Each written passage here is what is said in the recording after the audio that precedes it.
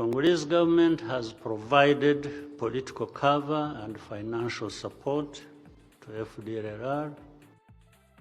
Ekuba omunaku techa mu mawulire ge tulinawo bwe twogerera nga si birungi eri musajja mukulu akulembera eggwanga erya Rwanda Paulo Kagame Rutagambwa agava mu ggwanga erya Democratic Republic of Congo nga si malungi gyali akabinja ke nga kakyagenda maaso n'okuba nga kakubwa bubi nnyo amagye ga DRC wamu n'abalwanyi abawazalendo wenjogerera nga ne bannansi ab'eggwanga erya Rwanda abadduka mu ggwanga eryo ne baddukira mu mawanga ag'enjawulo bakuŋŋaanidde mu ggwanga erya United States of America gye buvuddeko ssaawa nga 48 eziyiseewo baliko ekibiina ky'ebyobufuzi kye batonzeewo era nga kino ekibiina kigambibwa okuba kigenda kuba kiyambibwako era kigenda kuba kivujjirirwa gavumenti y'eggwanga erya United States of America kubanga gye basinzidde gye bagenze mu maaso n'okubanga bakitandika. Paulo Kagame Rutagambwa abadde akyalaajana n'akabinja ka FDLR akali mu ggwanga erya Congo akagambibwa okuba nti kayambibwako gavumenti y'eggwanga erya Congo era nga ye Kagame kaalumiriza nti ensonga lwaki yagenda adiployinga amajege mu ggwanga lya Congo mbu ng'agezaako kulwanyisa kabinja ako era nga zzenga alumiriza nga bw'owuliddera nga bw'ogenda okuwulira nti gye kasinziira Congo mbu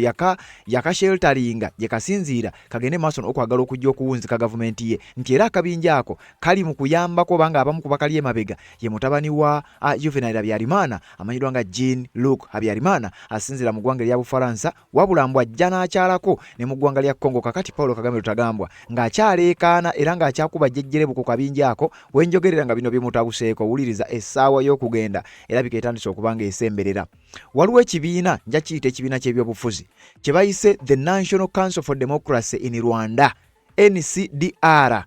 Ekibiina kino bekisinde kino kyatondeddwawo gye buvuddeko mu ggwanga erya United States of America bannansi b'eggwanga lya Rwanda abaddukira mu ggwanga eryo nga bagamba tebagenda kuzikiza tebagenda kukkiriza babeere nga batudde butuuze eyo omukulu abeere nga eggwanga lyabwe alitwala nga bw'ayagala bamugambye tukuleetera force empya eri tugenda kubanga jjukira balina waliwo akabinja sijagamba nti balina waliwo akabinja ka FDLR newankubadde nga mu ggwanga lya Congo egamba nti yakadisarminga abamanyi eby'omunda bagamba kyakabinja ako kalabika kakyaliyo ate nga akabinja ke kamu kandiba nga kalina ne branch mu ggwanga lya Burundi nga Kagame bandiba nga bamwetoolodde era ng'essaawa yonna omukulu yandiba nga ye wakukwatamu ebyanguwa abeere nga ate ayitaawo nga kigambibwa nti bannansi abadduka mu ggwanga eryo si bamativu n'engeri Paulo Kagame Rutagambwa ajja kwasaganyamu eggwanga lyabwe si bamativu n'engeri ebintu gye bitambulamu era nga tebasobola kubeera nga babirekerera tebasobola kubeera nga baleka eggwanga lyabwe mu mikono ejja Paulo Kagame Rutagambwa kakati abali mu ggwanga lya Amerika batandiseewo ekisinde nze nja kukiyita kisinde The National Council for Democracy in the Democratic Republic of Rwanda era ekibiina kino kimaze okuba nga kyanawunsingibwa officially mu butongole zabadde ng'ennaku z'omwezi 3 omwezi oguwedde ogwokutaano omwaka 2026 nkugambye ze ssaawa nga 8 eziyiseewo nga Paulo Kagame Rutagambwa afunye amawulire ekirooto eky'entiisa oluvannyuma lwa bannansi abawangalire bweru w'eggwanga naddala kyokka teweerabira waliwo amawulire ge twakuwa nti mu ggwanga lya Amerika waaliwo bannansi b'e Rwanda mbu abali beekalakaasa oba betuyita abanyamulenge abamu be bagamba nti bano batuusi abaddukira abali mu ggwanga lya DRC naye ng'ate waliwo ababayita abanyamulenge nti bano baalabikako nga beekalakaasa against gavumenti ya Felix Tshisekedi kati mukadde kana ate bino nga bikyayogerwa era nga bikyagenda maaso n'okwapeninga kakati Tshisekedi alabika agenda kufuna kye bayita last laugh kubanga abeekalakaasa abeetaba mu kwekalakaasa okwo kigambibwa okuba nti abamu bandibanga n'okunoonyezebwa kubanga kyazuulwa si bannansi b'eggwanga lya Congo kyakakasibwa kakati ate ziba teziri busa bannansi b'eggwanga lya Rwanda abatuufu mu ggwanga lya Amerika ate bo ne bagunjawo ekibiino b'ekisinde eky'ebyobufuzi ekigendererwa nga kyakubeera nga basaanyaawo obukulembeze bwa Paulo Kagame Rutagambwa era ng'ekibiina kino bamaze okuba nga bakirangirira amawulire ne gagwa mu Paulo Kagame Rutagambwa ne gaba nga si malungi gyali ngenda kubeera nga nkikusomera kyokka nga n'ebibinja eby'enjawulo bikyayingira eggwanga lya DRC okuyambako eggwanga eryo gavumenti ya Felix Tshisekedi babeere nga bakuba okufufuggaza n'okukkakkanya akabinja Kagame kagenda maaso n'okuba nga avujjirira akamanyiddwa ng'aka M23 kati ng'ebyo bikyagenda mu maaso nkugambye ng'akyakubwa bubi nnyo era nga mu ggwanga lya Congo tebimutambulira bulungi ye n'akabinja ke kubanga jjukira ng'oggyeko akabinja kaavujjirira ate n'amajege agalinayo nga kigambibwa okuba nti gakubwa enkya n'eggulo gasaanyizibwawo era nga kigambibwa nti abamu batandise okubeera nga baddukayo ate nga n'abamu ku baddukayo balina ebisago bino nga bikyagenda maaso n'okumulumya omutwe si bannayuganda bannansi b'eggwanga lya Rwanda abawaŋŋangukira mu ggwanga lya DRC bali mu kuyambibwako gavumenti y'eggwanga lya America, bali mu kufomingawo ekibiina the National Council for Democracy in Rwanda. Bagamba tukoye enfuga ey'ekivandulo, twagala kuddaka tubeere nga tugenda maaso n'okuba nga tukwasaganya obuyinza bwaffe, tubeere nga tutwala eggwanga lyaffe mu nfuga ey'amateeka. Era Paulo Kagame Rutagambwa kino gana amawulire olumugudde mu matu, njagala okutegeeza atasigadde kyekimu, obulamu tebumuwanguyidde, embeera ekyagenda maaso n'okuba nga emutabukako, agava mu Kongo gamutiisa, agava ebweru w'eggwanga lye naddala mu ggwanga erya Amerika gamutiisa. Kkiriza tujjewo akalango, nzije mbikutomeretemere nkutwale ebintu bino gye byatandikira nawwa gye biyinza okuba nga bigenda kuggwera ku mukuto gwa Red Zone TV. Bw'oba tonaba kuba nga osubscribinga kikole oleme kubeera omu ku abo abamisinga ensonga nga zino. Genda mu comment section teekamu obubaka bwo, kubanga ku bubaka obwo kwe tusinzira ne tujja ne tuba nga tuzimbira ate ensonga endala. Mu buli ngeri yonna ogenda kuba ng'ofuna buli kimu ekiva sayidi eyo. Nakugamba ekigenda okuva mu ggwanga lya DRC kyandibanga kye kijja okuvaako okugenda kw'abamu ku bakulembeze naddala abo abaludde mu buyinza bw'amawanga ago ageetoolodde eggwanga erya Democratic Republic of Congo. Oluva mu kalango ngenda kuwa katambi, ngenda kuwa ekiwandiiko otegere kino ekibiina ekiwandiisiddwa Kagame kimuleseewa. Ensonga z'obufumbo, olina omwami naye ng'akutawaanya, olina omukyala ng'akutawaanya, bajja ne bakwagalako ne bagenda. Gwe alina ebizibu mu byenfuna nga ssente zikuyita mu ngalo, w'oteeka ssente zifa bufi, b'owola tebazza. Gwe aloota ng'ogwa mu nnyanja, gwe alumizibwa omutwe nga guganye okuwona, naawe aloota ng'ebintu bikozesa ensonga z'obufumbo. Nina ekifo ku mugga awali amayinja wennyambululirako ebisiraani, ekikwa, ekifiiriza, omudibo, obutaganja, obutaweebwa. Nzijanjaba abantu ab'enzikiriza zonna, nsiŋŋaanibwa njeru ku lw'ejjinja. Gwanjagala kuba ku nnamba yange eyo, naawe aliye wale nnyo yita ku WhatsApp.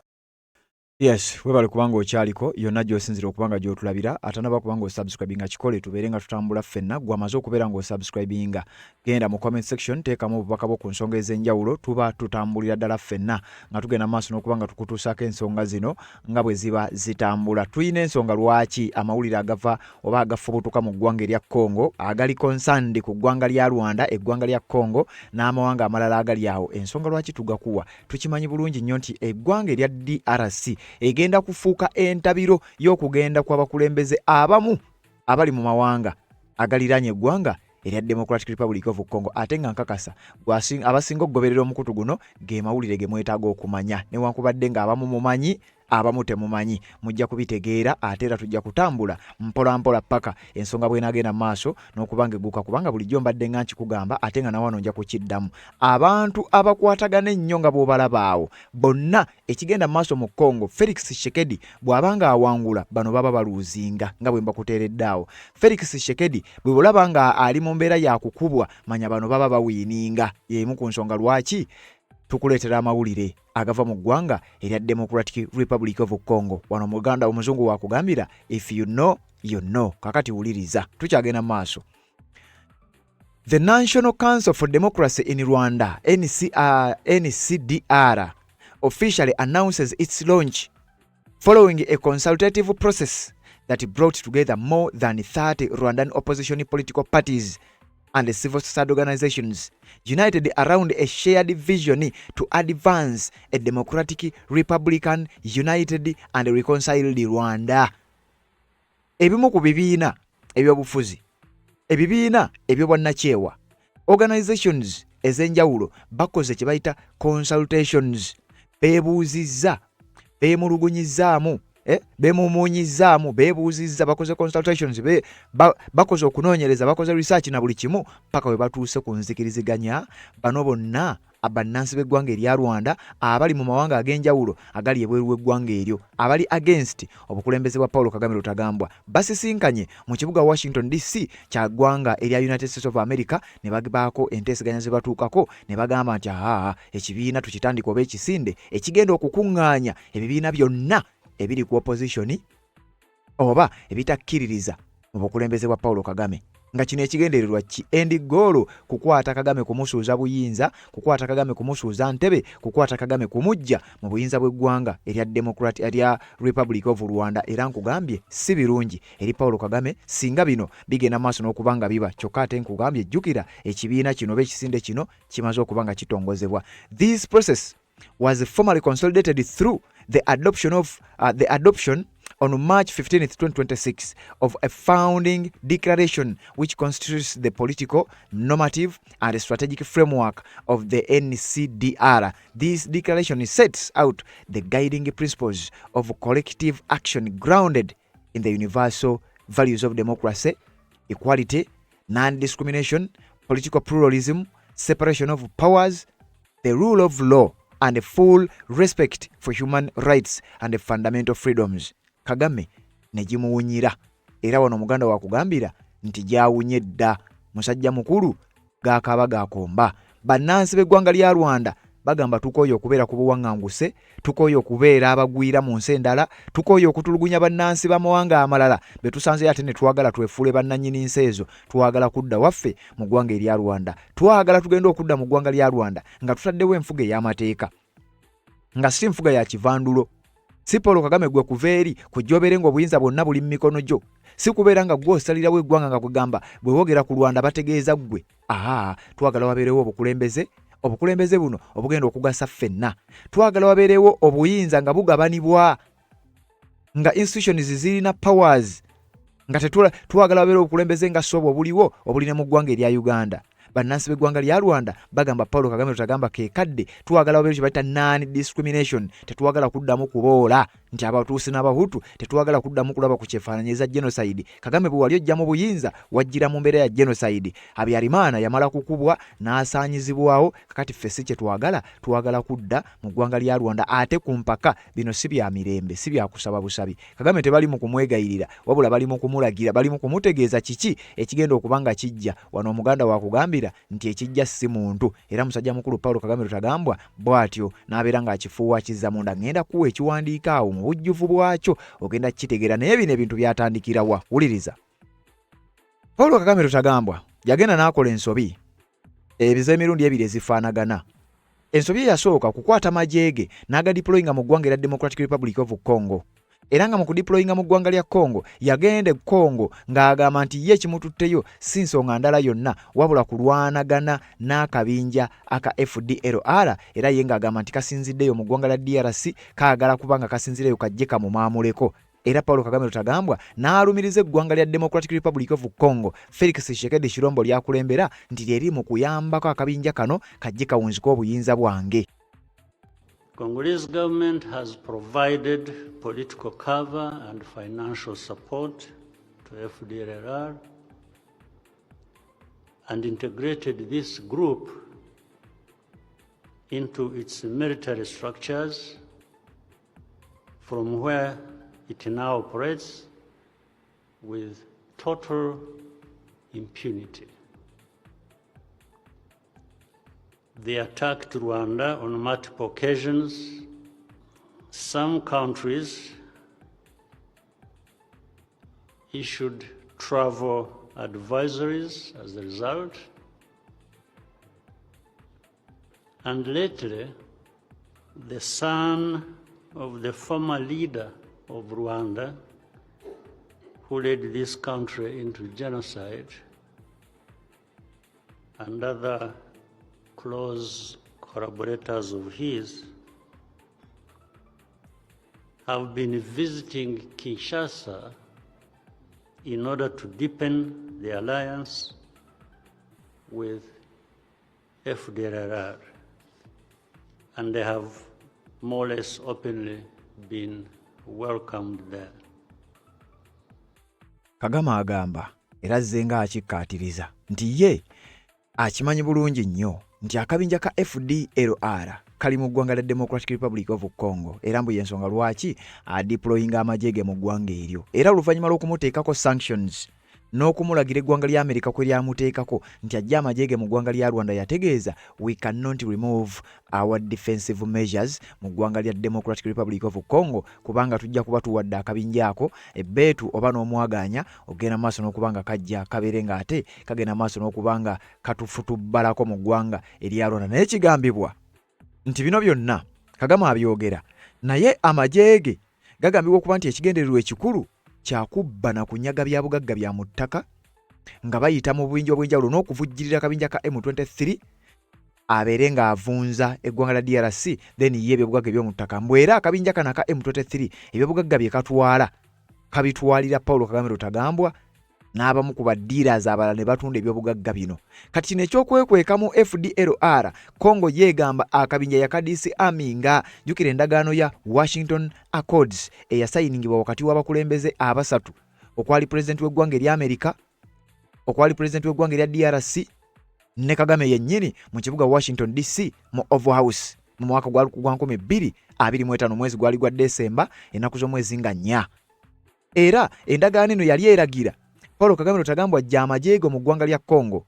Nawe Congo toddamu kuvujjirira bukiba nga kibaddewo nga kikolebwa, toddamu kuvujjirira kabinja kano aka FDLR Paulo Kagame Rutagambwa ke yeekwasa nti ke kamuleetera okudeployinga mu ggwanga lya Congo. Kakati Congo ye neekwataganya obuvunaanyizibwa bwayo era neegenda maaso n'okukola ogwayo, neekwata akabinja ako neekadisarminga. Paulo Kagame Rutagambwa agamba nti nedda Congo erimba teyakadisarminga, ate era nga kituufu teyakadisarminga kubanga balina okusesebbula Paulo Kagame ne gavumenti ye babeere nga babasuula. Kati okabinja kano aka FDLR bituufu si bituufu, information etambula ku kabinja kano, wuliriza.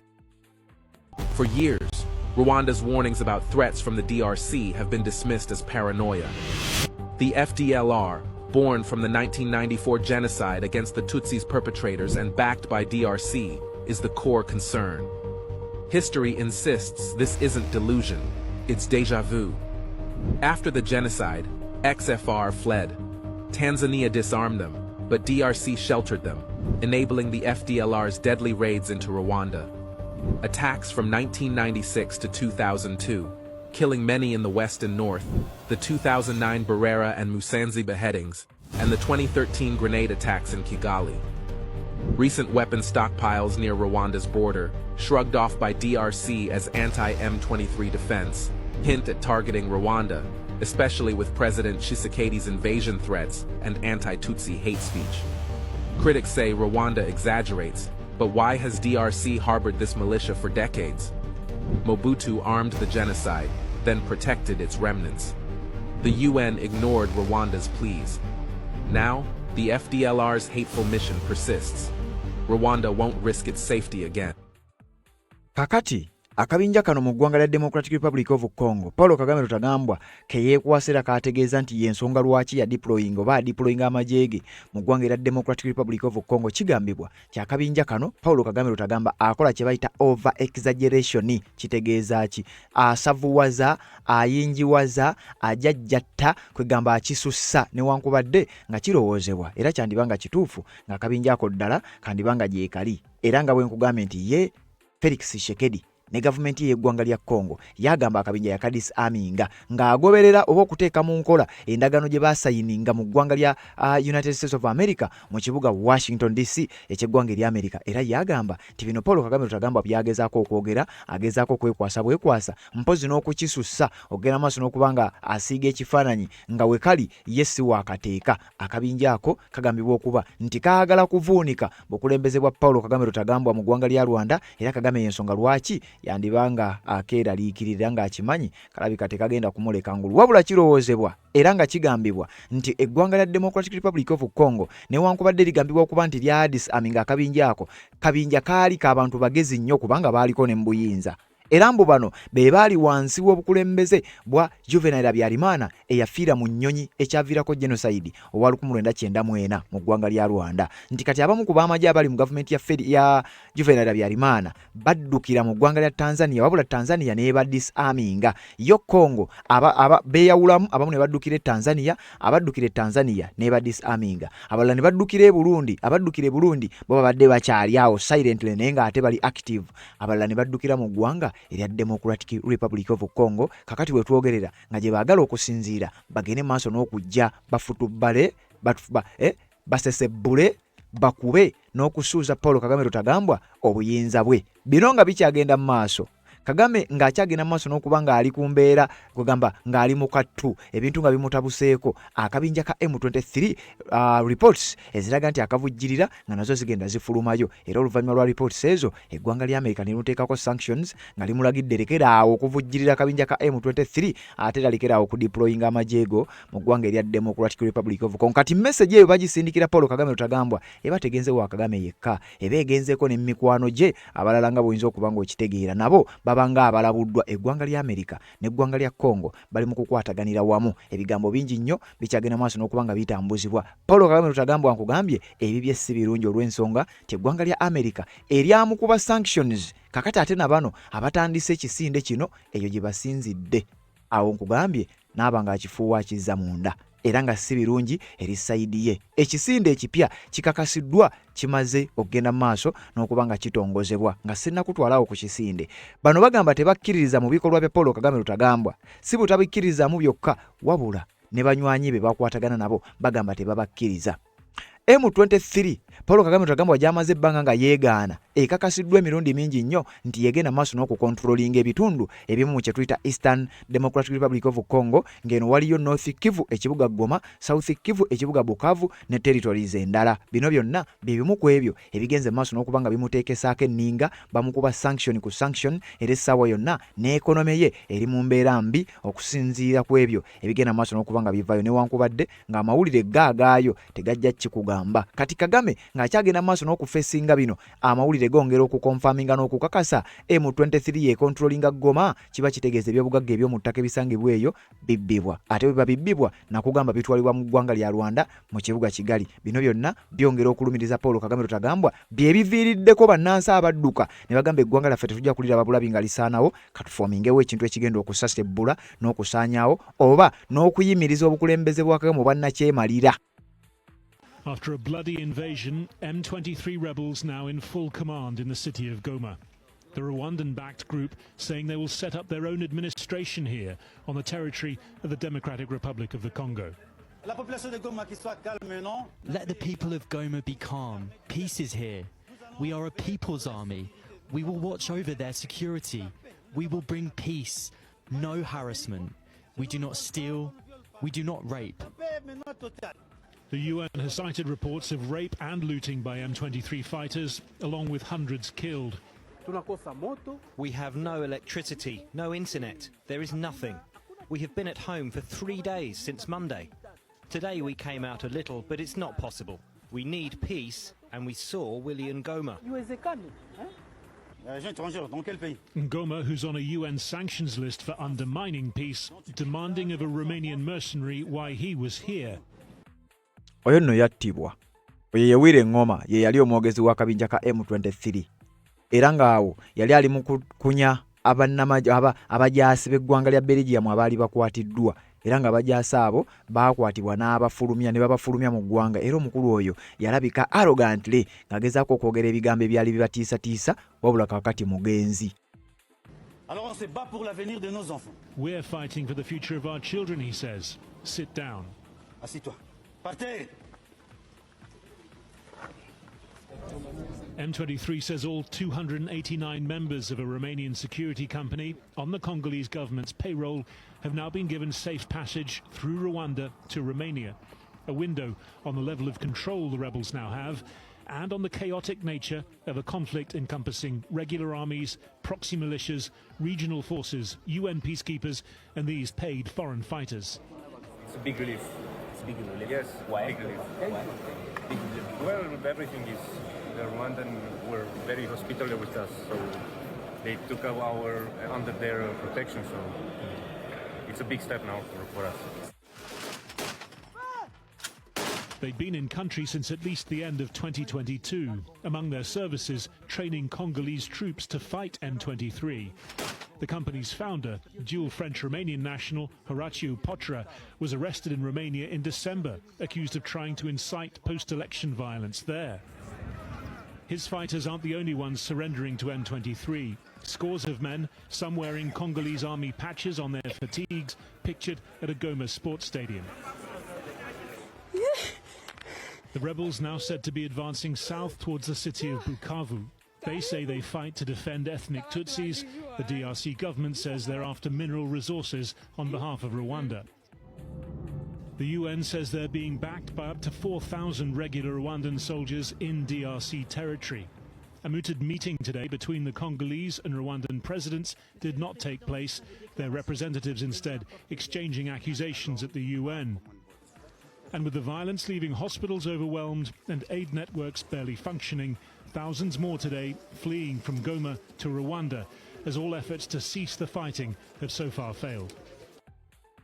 Kati bino ng'obitadde ebbali, bano bannansi b'eggwanga lya Rwanda bagamba kale ebyo byonna tubikoze, byonna bikoze naye ebimu tebikoze. Tetuwagala tubeere mu mbeera ya kulwanagana bulwanaganyi. Twagala tukube Kagame diplomatically abeere nga kakkana tumujje mu buyinza obw'eggwanga erya Rwanda. Bw'aba tasobola kukwatagana naffe agenda kuvaawo mu ngeri ey'empaka. Ekiwandiiko ekifulumye era nga kiteekeddwako omukono amanyiddwa nga Reverend Christine Coleman, ono nga yagenda okubeera nga spokesperson ow'ekibiina kino ekimanyiddwa nga NCDR, kyengenda okusomera otegeere bulungi nnyo. Bano bagamba balina n'obukwakkulizo bataddewo. Kyokka nga bw'owulidde nti eggwanga lya Rwanda okudeployinga amagye gaalyo mu ggwanga lya Democratic Republic of Congo, nabo y'emu ku nsonga nabo ezimu ku ezo ezibasitudde. Obukwakkulizo obwateekebwa mu ndagaano the Washington Accord. Wano nno wenkugambira nti eggwanga lya Amerika yandibanga lyeriri emabega wa bino byonna, era wenkugambira nti Amerika yandibanga eyungulidde Paul Kagame Rutagambwa akabinja akagenda maaso n'okubanga kamuteekako embeera. Era ngenda kutegeeza ekiwandiiko kino, then oluvannyuma tubeere nga tutambula kamu ekiwandiiko kino kifulumiddemu kwegamba ekibiina kino ekitondeddwawo mu ssaawa nga 48 eziyise kitadde conditions zezimu eggwanga lya Amerika oba endagaano ya Washington Accords conditions eyateeka ku Rwanda. Kati ate zino conditions zo zaali ku Rwanda ne Congo kubanga endagaano baagirimu babiri. Era Amerika nga bwolaba ekifaananyi ekyo, Trump ye yali mu makati gaabwe nga witness. Kagame n'agiteekako omukono, Tshisekedi n'agiteekako omukono. Tshisekedi n'agezaako okutuukiriza ebimu ku bya sayininga, Kagame n'ayongera ku kaluba bukalubi.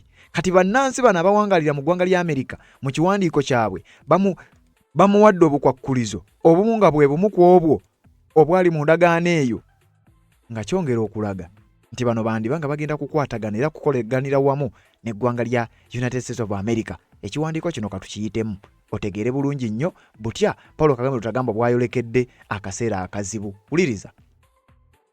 Mei nga 29 omwezi omwaka gwa 2026, Washington DC mu kibuga ky'eggwanga ekikulu eky'eggwanga lya America.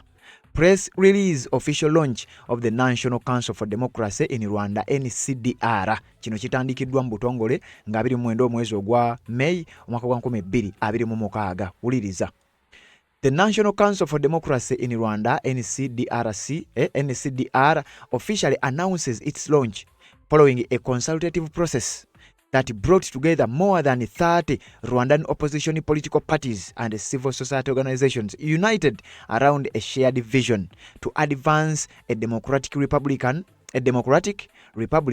united and reconciled Rwanda. Batandise oba mu butongole baalangiridde okulonkinga oba okutongoza mu butongole baatongozza ekisinde ekimanyiddwa nga National Council for Democracy in Rwanda, era nga kino kigasse ebimu ku bibiina by'obufuzi ebisukka mu 30 ebyali by'opposinga Paul Kagame Rutagambwa. Naye jjukira buli abadde opposinga Paul Kagame abadde awunzika either ng'ali mu kkomera oba nga mufu oba ng'ali mu ekizayiro. Kati ababadde nga bagenda maaso n'okudduka, obula abana abasajja omuntu bwe bamukwata bafuba nnyo okulanga bamuttira munda, kubanga singa omuntu adduka n'abaddukako ebiyinza okuddira kati bye bino byolaba ebitandise okuba nga byapeninga era nga byolekera Paul Kagame Rutagambwa, kubanga kakati bano gye basinzidde eno gye baddukira gye basinzidde ne bateekawo embeera etawoomya nnakabululu eri Paul Kagame Rutagambwa, kubanga obukwakkulizo bwe bamuteereddewo bwe bukwakkulizo bwe bumu Washington Peace Accords endagaano eyo obukwakkulizo bwe bamuteeramu. Kakati kino kyongera okulaga nti Paul Kagame Rutagambwa byandibanga si birungi era essaawa yonna yandibanga agenda kufeesinga akaseera ak'akazigizigi. Bagamba bye twagala Rwanda eri democratic, twagala Rwanda ebeere mu nfuga eya republicani, twagala Rwanda ebeere united. Oba oli mutuusi, oba oli muhutu, oba oli mutwa, nga oli munnansi w'eggwanga lya Rwanda. Twagala Rwanda ebeere ngeri reconciled, nga tewakyali biboozi ebyo mu smart genocide mubyekwekamu nnyo ne mukola nga mwagala kye bayita sympathy, mbu bagambe nti ono ye yakola okujjawo genocide, naye ate nga tukimanyi bulungi nti mwabamu ku baagireeta. Kakati wano nga bamugamba nti ffe Rwanda gye twagala ebeere reconciled, ebyo bibeere nga tebiriiwo. Akabinja ke weekwasa aka FDLR mu ggwanga lya Congo ffe tetwagala kubimanya, ffe twagala ggwanga lyaffe kubeera nga liri settled, nga bannansi tebagenda mu mawanga g'abalala ate kubatawaanyizaayo. This process was formally consolidated through the adoption on March 15th, 2026 of a founding declaration which constitutes the political normative and the strategic framework of the NCDR. Nti kino newankubadde nga twakitongozza nga 29 ogwokutaano wabula kyali formally consolidated twakyadoptinga nga 15 ogwokusatu 2026 tumaze emyezi egyo gyonna nga tuli mu background tufumba eggwanga lya America liyambako Kagame yali eno awoza FDLR akanya ku deployinga mu ggwanga lya DRC na kutulugunya bantu na bannansi be kulanga bazannyo obubadi naye ng'ate bannansi abatuufu bo bagenda maaso n'okukola bino in the background. This declaration sets out the guiding principles of collective action grounded in the universal values of democracy, equality, non-discrimination, political pluralism, separation of powers, the rule of law, and the full respect for human rights and fundamental freedoms. Bannansi b'eggwanga erya Rwanda bagamba ku luno naffe twagala ekyatuddusa mu ggwanga lya America kubeera nti liyina emirembe, kubeera nti abantu baayo beeyagala, kakati ebyo byennyini bye tulaba mu ggwanga lino bye twagala okuzimba mu ggwanga lya Rwanda. Paul Kagame Rutagambwa bamutadde ku nninga, bamutadde ku ntandaalo, bamwogeza olunyaanyimbe, bamugamba biki bye bateekeddwa okuba nga ate bafuna. Baabadde mu lutuula nga bangi bajjukira kugamba ebibiina bisukka mu 30 ate buli kibiina kirina olukiiko olukikulembera. Kati bano bagamba twagala tubeere ne kye bayita demokrasi mu ggwanga lyaffe, twagala tubeere ne kye bayita equality mu ggwanga lyaffe omwenkanonkano, twagala tubeere ne bakita non-discrimination, twagala tubeere ne kye bayita political pluralism, separation of power n'enfuga ey'amateeka rule of law wamu n'eddembe ly'obuntu okubanga liweebwa ekitiibwa. Bannansi b'eggwanga lya Rwanda nga tebatya kweyogerera, tubeere nga Rwanda egobera kye bayita fundamental freedoms oba fundamental human rights wansi w'ekitongole ky'ensi ky'amawanga amagatte n'abimu ku bitongole ebirala okwetola ensi yonna, eddembe ly'obuntu tubeere nga naffe tuliwo ekitiibwa nga bwe kisaanidde. The NCDR, its initiative is rooted in a rigorous assessment of Rwanda's political reality, characterized by prolonged concentration of power, continued restriction of political and civil space, and the absence of genuine democratic competition, the repression of political actors and civil society, violations of fundamental freedoms, enforced disappearances, and restrictions on independent media point to a deeply concerning erosion of the rule of law.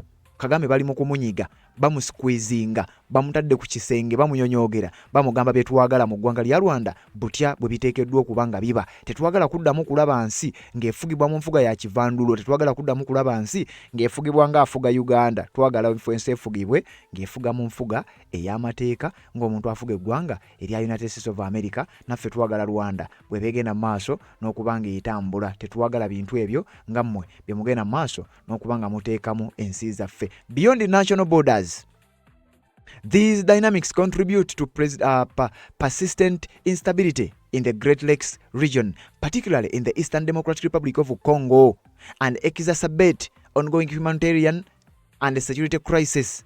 Uliriza Kagame kugambe bamusikuizinga, bamugambye bino ebikolwa byogenda maaso n'okuba ng'okola byongera obunkenke n'obulabe n'enfuga embi mu kitundu kino kya Great Lakes region. Babogera ku Great Lakes region ge mawanga gogenda okusomera Uganda, Congo, Kenya, Uganda, Congo, Rwanda, Burundi, Central African Republic n'amawanga agali awo. Kakati bagamba Kagame nti ekyamazima kino gwali mugenda maaso n'okuba ng'osajjula embeera ya mu Great Lakes region okubeera ng'ebeera mu mbeera gyerimu oba region eyo embeera gyerimu obudde buno. Kagame oli omu ku abo abakulembeze abatono ennyo abagenda maaso n'okuba nga bateekawo embeera era nga bwe mwekwata omugeto bwe mugenda maaso n'okunyumirwa enfuga ey'ekivandulo nga bannansi temubabalamu magezi tetugenda kukikkiriza. Ffe wano bannansi b'eggwanga erya Rwanda abali mu ggwanga lya United States of America bagamba Paul Kagame Rutagambwa tetugenda kubikkiriza bino yadde omulundi n'ogumu. Twagala tubeere nga tukuliyetingawo ekintu ekisukka ku ekyo naddala okwetolola okusukkako ne ku nsalosalo z'eggwanga lya Rwanda.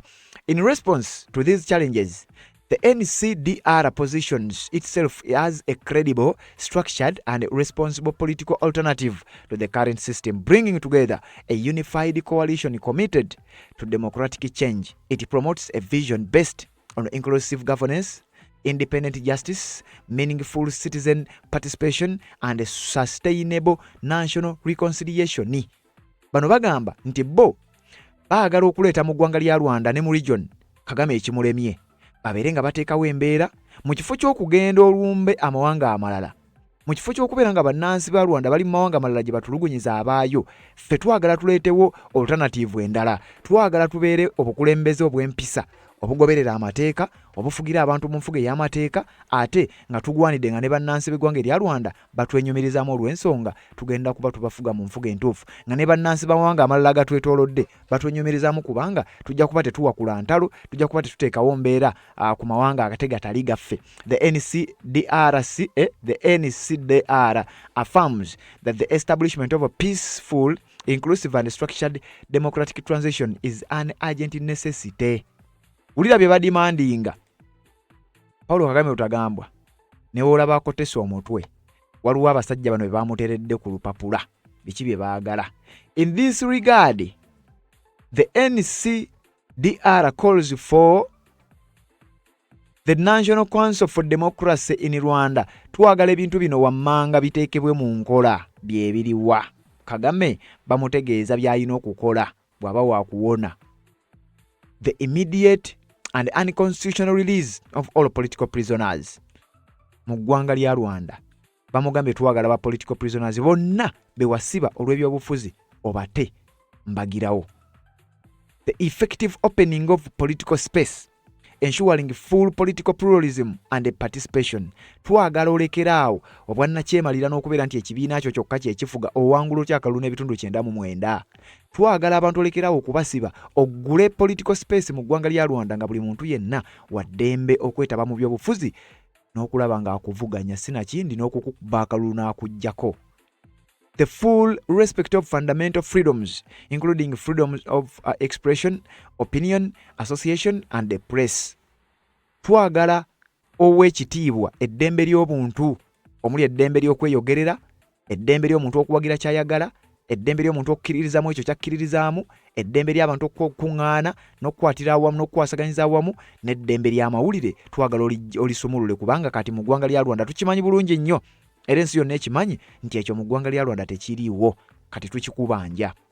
The establishment of independent, credible and transparent investigations into enforced disappearances and serious human rights violations along with accountability and justice mechanisms. Bino lwaki mbikuwa?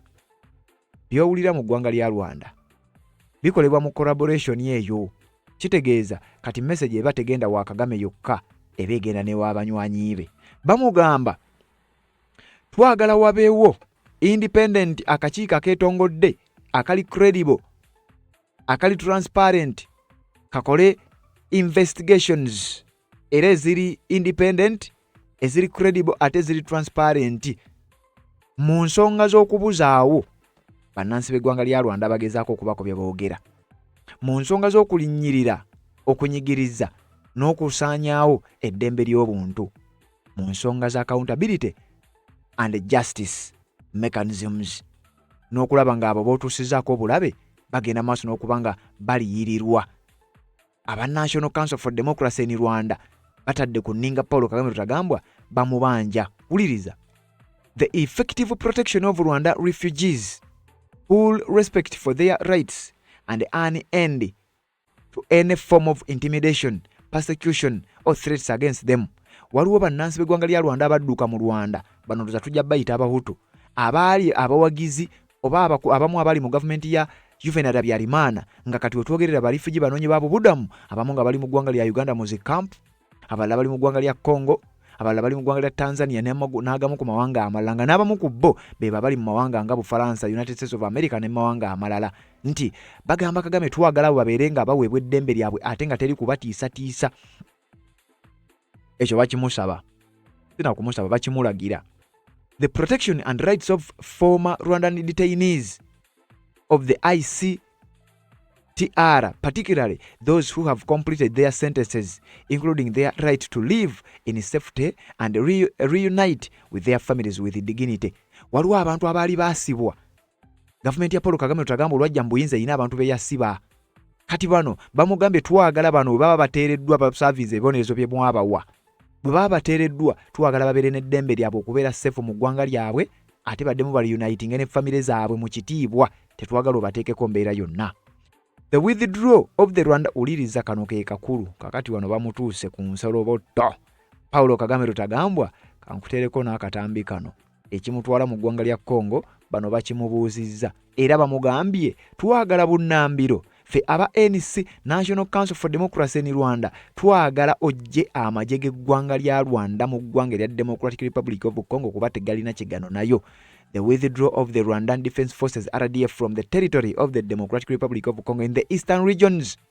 Twagala okwata amagye g'eggwanga lya Rwanda ga RDF tukulaba bakukuba sanctions naye towulira emputtu ekulinga emputtu. Twagala ojja amagye g'eggwanga lya Rwanda ku ttaka ly'eggwanga lya Democratic Republic of Congo oviire eggwanga lya banno liri eggwanga si lyabwe eggwanga lyaffe lye tulina okukuuma.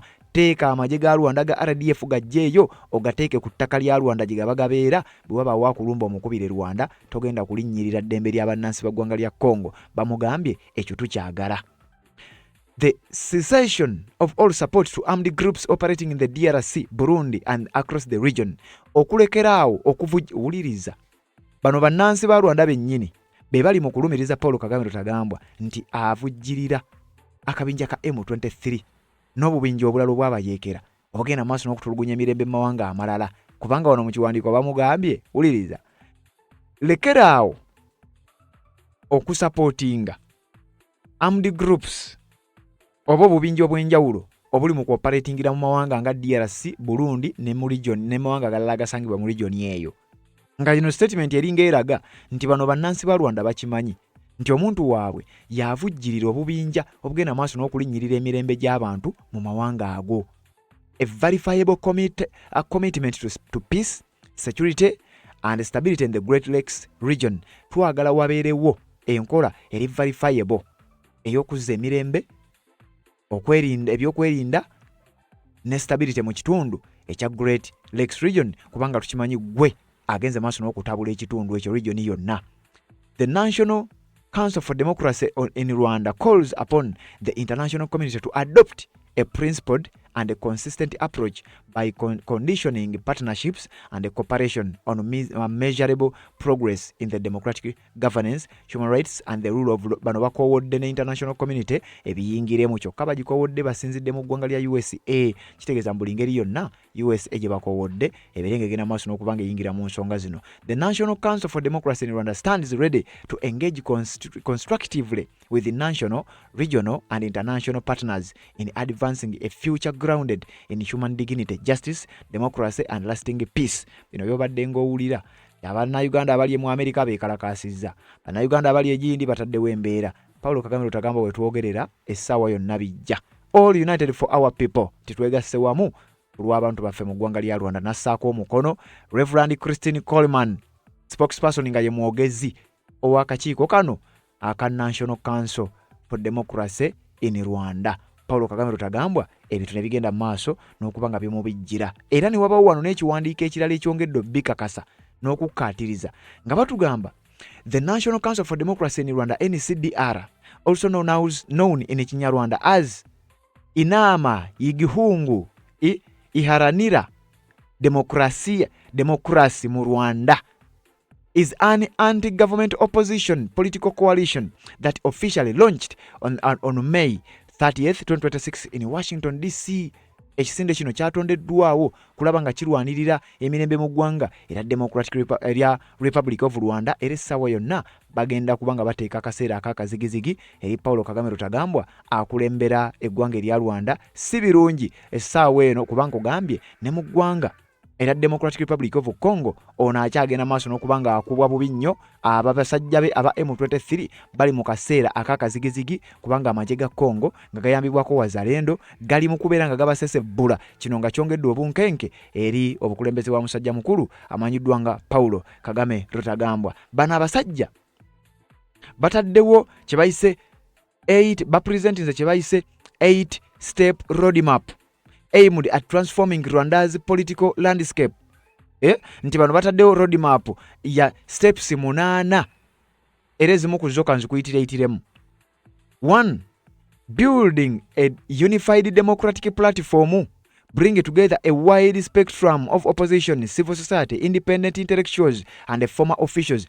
Abayivu bonna, abakungu bonna na buli muntu yenna abaasoma, baddokita, baprofesa, abaali mu politics oba abaali mu bifo by'obukulembeze mu ggwanga lya Rwanda n'ebimu ku bibiina byonna bonna beegattidde wamu basinzidde mu ggwanga lya United States of America ne bakuŋŋaanira wamu bonna kati bayina enzikiriziganya eri emu bagamba Paul Kagame Rutagambwa kwatamu ebibyo ebyanguwa ove mu buyinza bw'eggwanga erya Rwanda tukukooye bano bagamba bakambwe era tebasalikako musale era bagamba bino tebigenda kukoma wano kubanga Paul Kagame Rutagambwa ebbanga lyamaze ddene nnyo ng'agenda maaso n'okubanga ateekawo embeera mu ggwanga erya Democratic Republic of Congo nga n'ezimu ku ndagaano ze yasayininga ekyamazima taziwa kitiibwa nga kino kigambibwa okubeera nti kyekigenda okumuleetera akaseera ak'akazigizigi era nga bano bannansi b'eggwanga lya Rwanda bagamba kakati wano ffe tusimbudde tetugenda kuyimirira tetugenda kussa mukono era nga bangi baprofesa baddokita former ministers bonna bagamba ffe twegasse tugenda kino kigenda okuggwa nga Kagame taliiwo. Mobilize regional and international partners, sustain diplomatic outreach to prove to international allies that a democratic transition will maintain stability and investments. Bano basazeewo okumobilizinga okukuŋŋaanya n'okusikiriza ebitongole by'enjawulo amawanga ag'enjawulo nga bagamba nti mmwe mulina amaanyi okusobola okuyambako ensonga eno okubeera ng'egguka. Paul Kagame Rutagambwa tetusobola kumuleka agende maaso n'okuba nga ayinaayina abasajja ab'amaanyi baabaddewo nga kino kigenda maaso n'okuba nga kiteekinga place era bagamba twabadde tusobola kubirekayo twabadde tusobola kubirekera balala nga ffe bebikwatako kakati bakoowodde international partners bano baagala kufuna ne bebayita international partners ekitegeeza essaawa yonna bano ekinaava nno mu bino singa beegatta ku mutabani wa Juvenal Habyarimana amanyiddwa nga Jean Luc Habyarimana era ne beegatta ku abo bali mu ggwanga lya aboogerwako mbo bali mu Congo ba mu Burundi Kagame kitegeeze yiye balabika basime biba si birungi entebe eba etandise okuyuuga ebyaddala newankubadde ngeri ebadde eyuuga. NCDR organize an inclusive national dialogue. They hold a historic conference involving all social and political figures inside and outside Rwanda. Waliwo nkugambidde nti bano bakuŋŋaanyiza historical social and political figures inside and outside Rwanda. Abasajja n'abakazi ab'amaanyi ba historicals aboogerwako nti baali bakulembeze mu ggwanga lya Rwanda bamaanyi mu ggwanga lya Rwanda ate bamanyi politics ku mutendera gw'ensi yonna bagambibwa okuba nti nabo beegasse ku bannaabwe era beekuŋŋaanyiza ne bassa kimu ne bagenda maaso n'okuba nga bateekawo embeera era Paul Kagame Rutagambwa kino tayinza kukyagala. Open political space, push for concrete confidence building measures to restore civil liberties and normalize open democracy. Tebaagala kuddamu kubafuga mu nfuga ya kivandulo baagala wabeewo kye bayita open democracy mu ggwanga lya Rwanda nga buli muntu yenna waddembe okujja okwetaba mu byobufuzi eby'eggwanga erya Rwanda.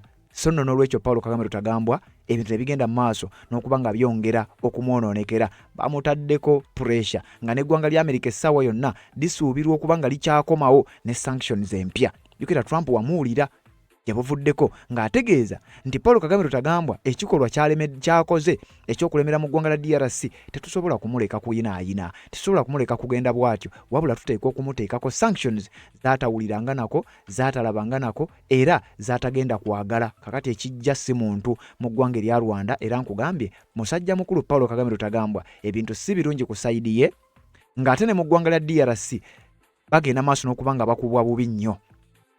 Kitegeeza Kagame ali mu kaseera ka kazigizigi eka ne mu kibira kati wano wensinzira okwebaza abagoberera ebintu bino naddala mu abajja mu comment section ne muteekako obubaka bwammwe era nja kusinzira wano ngende maaso n'okuba nga mbeebaza nga bwe ngenda maaso n'okuba nga mbuyitaayitamu ate nga bwe nninda obwo bwe mugenda okuba nga muteekako mu updates ze tunaabatuwuliziganyizza. Ivan Nyanzi bwe bali kubanga kwoli message yo yatuuse obubaka bwatuuse.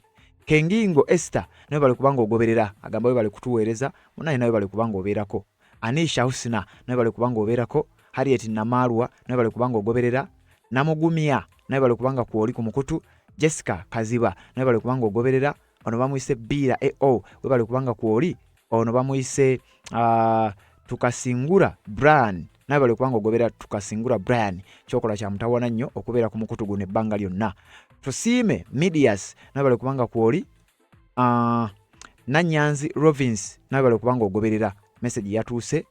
Mark Segwanyi we bali kubanga kwoli ne bamuyisaani ono Josephine Nakanwaji we bali kubanga ogoberera Gobango Paulo we bali kubanga kwoli Kinene Bosco nga bulijjo bali kubanga ogoberera Setubadde V n'agamba we bali kubanga we bali kuweereza naye bali kubanga kwoli Setubadde V kyokola kya mutawana nnyo. Sise Kivumbi we bali kubanga ogoberera Tukasingura Brian we bali kubanga kwoli Ramse Silvia Dike we bali kubanga ogoberera Maweje Hakimu mugana ekansubire oli Kiriya nyo bali kubanga oberako n'abalala mwenna abagenda maaso n'okuteekako obubaka bwammwe. Nsooka okwebaza mami wange mama Kevin okuva Switzerland we bali kubanga obeerayo, mami wange omulala mama London mama Joy bali kubanga naawe obeerako ku mukutu guno ate n'okubanga ogoberera ebigenda maaso mu ggwanga erya Uganda. Tukyaliwo era tukyagenda maaso n'okubanga tubibatuusaako. So amaze okubanga osubscribinga kya mutawana nnyo, genda mu comment section teekayo obubaka bwo ku video eddako tujja buyitamu ate nama kubanga osubscribinga kikole tujja kuba tutambula ffenna. Mami wange Irene okuva Spain nkwagala nnyo bali kubanga obeerako na buli muntu yenna agoberera omukutu ogwa Red Zone TV. Tuwuliziganye mu updates eziddako.